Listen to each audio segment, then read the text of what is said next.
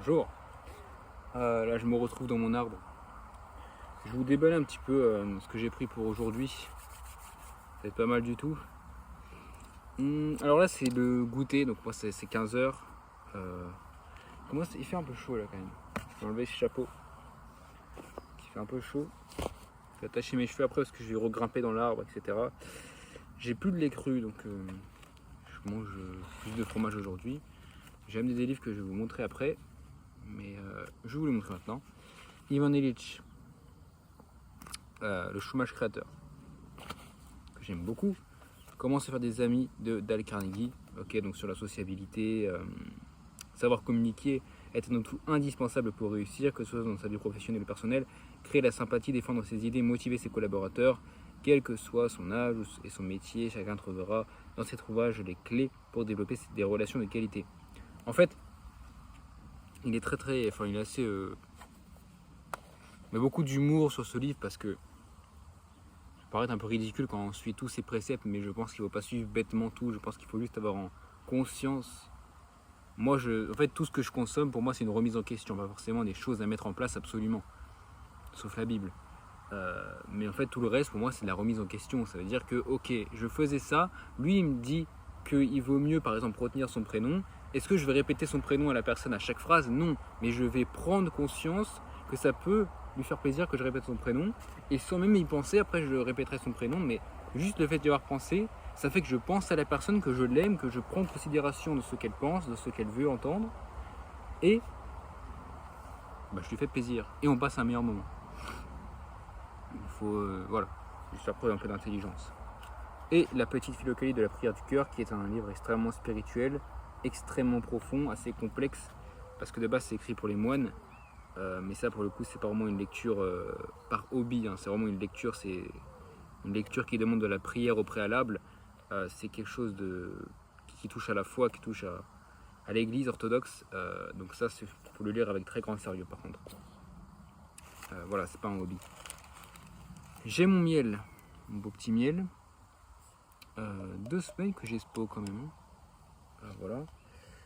D'habitude un pot finit difficilement la semaine, on va dire. Et là j'ai pris, ça c'est mon petit sac que j'avais acheté à Lyon. En fait c'est un truc japonais, une marque japonaise, je crois que c'est né au Japon, mais bon. C'est forcément fait dans des pays où les gens ne sont pas très bien payés, mais c'est Muji. Et en fait le sac je l'ai payé 1€. Petit sac cabas en coton, 100% coton, hein. Donc c'est pas mal. J'aime bien les petites choses. Je suis assez minimaliste et j'aime bien avoir un petit sac où je mets tout, qui m'oblige à ne pas prendre trop, mais qui me permet de prendre assez. C'est l'image du minimalisme. Si je commence à prendre un cabas, et il y en avait aussi un cabas à 2-3€ qui est un peu plus gros, autant prendre un sac à dos.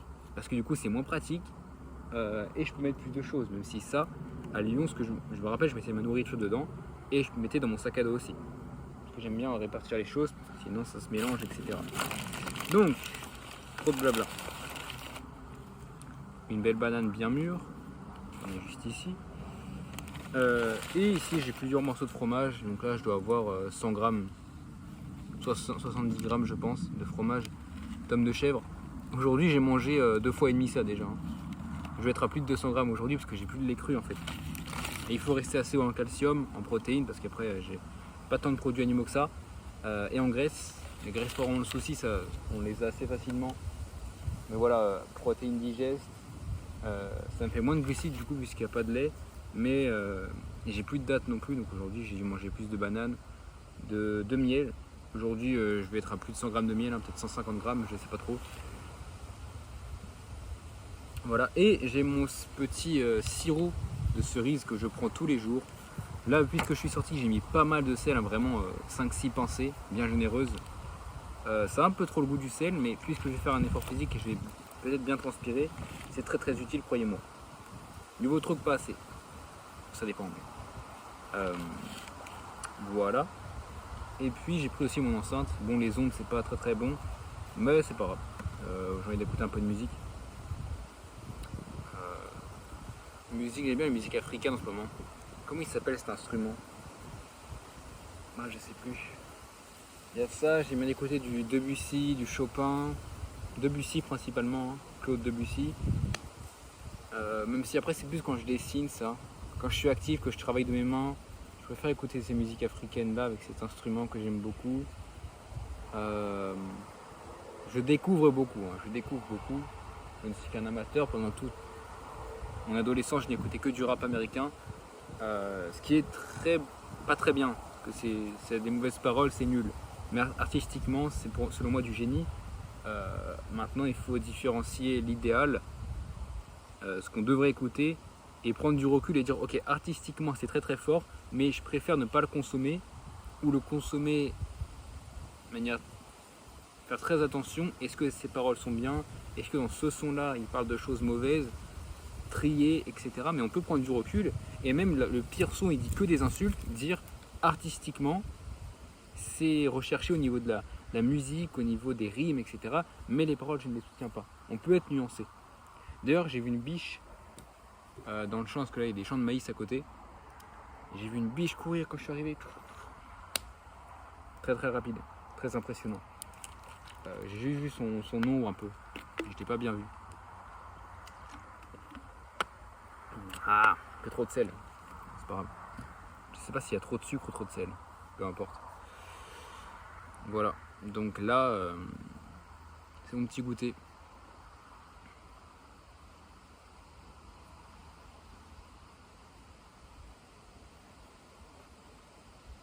On prie à chaque fois avant de manger et après avoir mangé. Très important. Parce qu'il faut remercier Dieu de nous offrir cette nourriture. Parce que même si c'est nous qui l'avons payé, et ben en fait c'est le Seigneur qui a permis qu'elle pousse, qui a créé la terre, qui a permis qu'elle pousse, qui m'a fait naître en France. Une banane en France, bon, c'est pas moi qui les ai achetées, c'est ma mère. Mais puisque en fait, mes parents quand ils s'achètent des choses, ils les mangent pas toujours et après c'est à moi de manger. Donc ça me va si c'est une banane. Mais même si c'est pas moi qui l'ai acheté, que c'est moi qui l'ai acheté ou que peu importe, que c'est mon travail, le travail de mes proches, c'est Dieu qui m'a permis de vivre en France, de pouvoir avoir de l'argent pour m'acheter une banane, qui a mis la situation comme ça. Tout simplement, amen.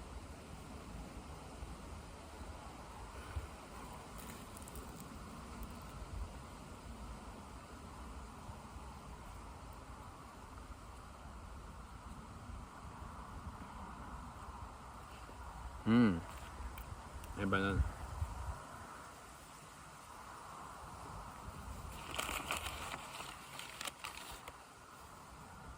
Mmh.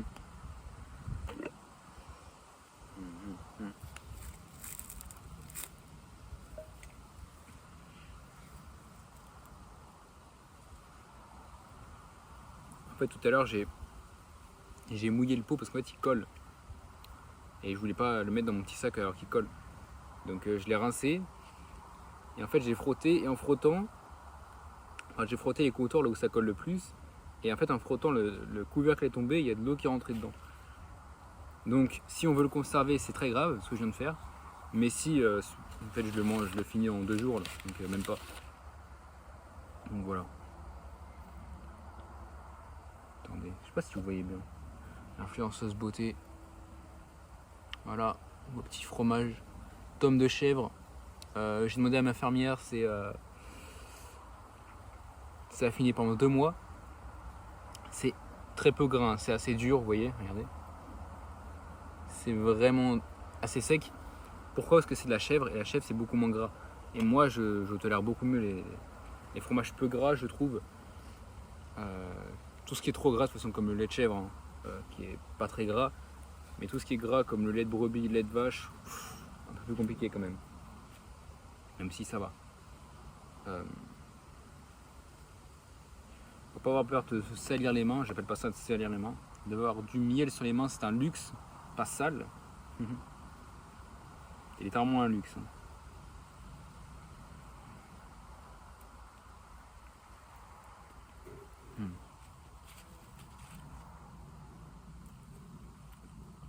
Aujourd'hui, ça fait 3 fois que je mange ça.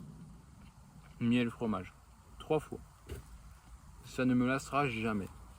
Jamais. D'habitude, 3 fois par jour, c'est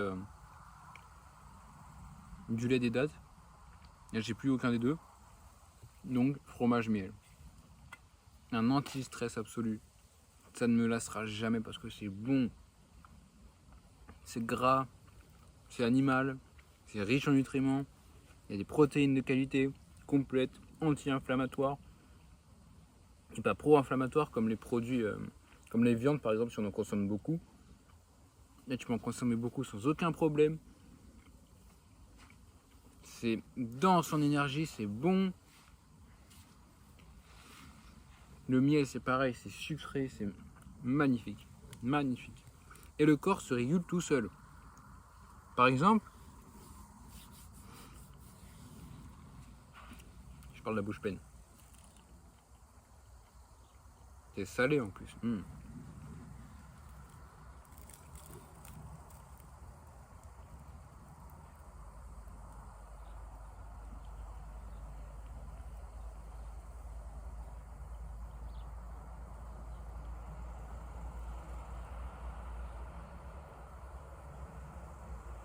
Par exemple, tout à l'heure à midi, je me suis fait le fromage, du miel, un demi-melon, l'un des top 3 des meilleurs melons de toute ma vie, si ce n'est le meilleur. Énorme comme ça, la chair reste bien ferme, c'était une chair assez ferme, mais tu mets la cuillère dedans, parce que je mange la moitié à la cuillère, je le coupe en deux, hop, j'enlève les pépins au milieu, poubelle, et tu manges, citron vert pressé avec du sel, tu manges comme ça, en fait la chair reste assez ferme, mais elle est très molle, c'est très sucré. Et en fait, c'est pas en train de se décomposer comme si la maturation avait pris un peu trop de temps. Là, ça se voit que c'était encore bien frais, c'est bien mûr, mais la chair reste encore un peu ferme.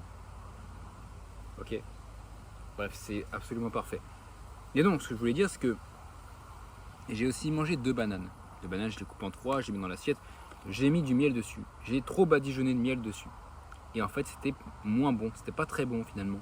Parce que c'était beaucoup trop sucré. C'était écœurant. Et après, du coup, j'ai dû compenser en mangeant plus de fromage. Ce qui est totalement normal. Et ce qu'on critique souvent quand on suit Rapid, c'est. Enfin, ce que ceux qui critiquent la prométabolique, c'est qu'ils disent oui, mais en fait, vous suivez une diète de sucre en fait.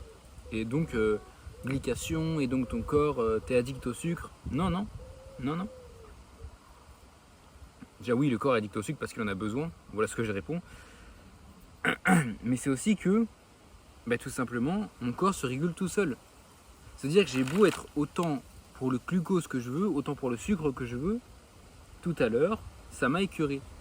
Et il y avait un peu trop de miel sur ces bananes. Déjà d'habitude je mange jamais des bananes et du miel. Pour moi c'est sucré mais c'est toujours bon. Et il y en avait trop, et c'était écœurant. Et mon corps se régule tout seul. Tout simplement. Là, tu peux très bien mettre beaucoup de miel sur du fromage, ça ne sera pas dérangeant parce que le fromage est salé, est gras et il y a des protéines. Alors que quand tu mets trop de miel sur les fruits, c'est déjà sucré, tu n'as pas de graisse pour compenser, et donc c'est très très vite écœurant. À la main.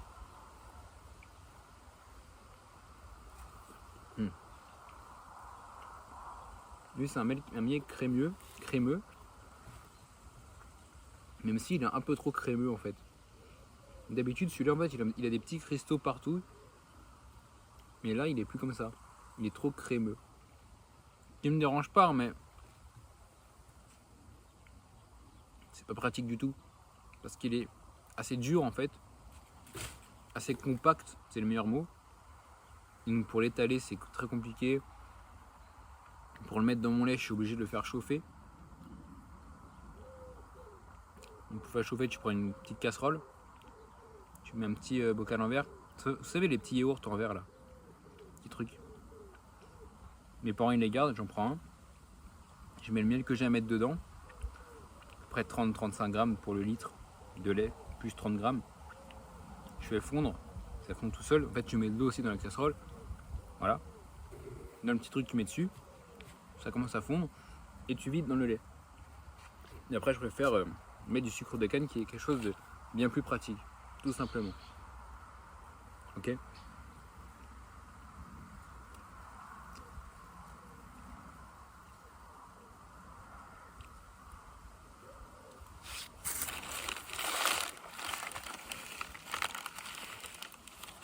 En fait, vous pouvez très bien manger 200 grammes de fromage par jour, ça posera aucun souci. Et ce que j'aime bien, et finalement c'est un peu leur instinct, c'est qu'il leur dit attends, c'est peut-être un peu trop, mais voilà, c'est pas mal d'avoir des doutes, mais ok, disons que tu manges 200 grammes de fromage par jour. Le mec il arrive, il te dit mais attention, fais gaffe. Et là tu vas lui dire ok, mais pourquoi? Et en fait à chaque fois ils ont rien. Oui, mais j'ai entendu que c'est gras. Ok, après tu vas répondre par rapport aux graisses saturées, c'est bon. Oui, mais c'est très salé. Et en fait, toi, tu manges jamais transformé. Tu sais que le corps humain a besoin de sel. Aucun souci. Oui, mais c'est calorique. Ok, parfait, mon corps a besoin d'énergie. J'ai besoin de calories, sinon, bah, mon corps il fonctionne comment? Là, je te donne vraiment l'instinct comme ça, ce que je sais qu'on me dirait. Oui, mais. Oui, mais après, c'est un peu trop. Mais pourquoi? Bah, je sais pas. Ça m'a l'air un peu trop. Mais pourquoi? Bah, c'est circulaire en fait. Oui, mais. Bah, explique. Oui, mais non, en fait, parce que. Bah, non, du coup. Pourquoi il y en a trop? Attention, le fromage, ça donne la constipation. Non. En tout cas, pas pour moi. Bon, bah, ce qui me constipe, c'est les légumineuses, tu vois. Ou les trucs indigestes. Les légumes verts, ça me constipe, ça. Non, ça te force à aller aux toilettes parce qu'en fait, ça te rajoute plein de fibres insolubles. Qui en trop grande quantité sont un peu des antinutriments. Donc ça sert à rien.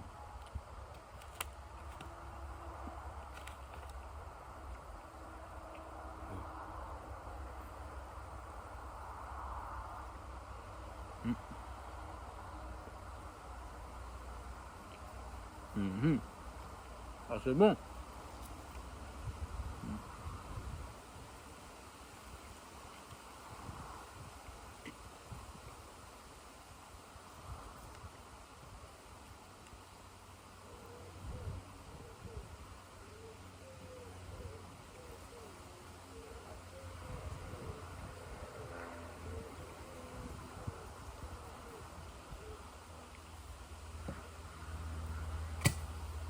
Oh non.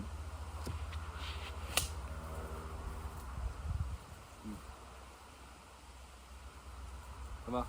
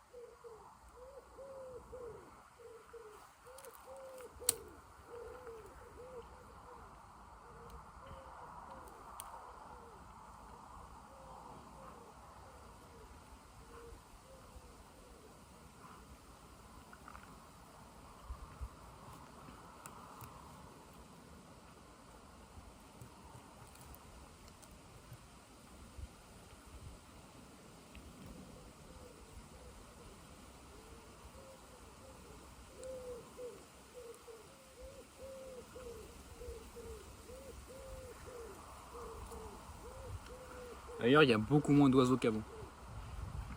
Et hier, j'ai entendu les oiseaux et je me suis souvenu du son d'un oiseau que je n'ai pas entendu depuis des années.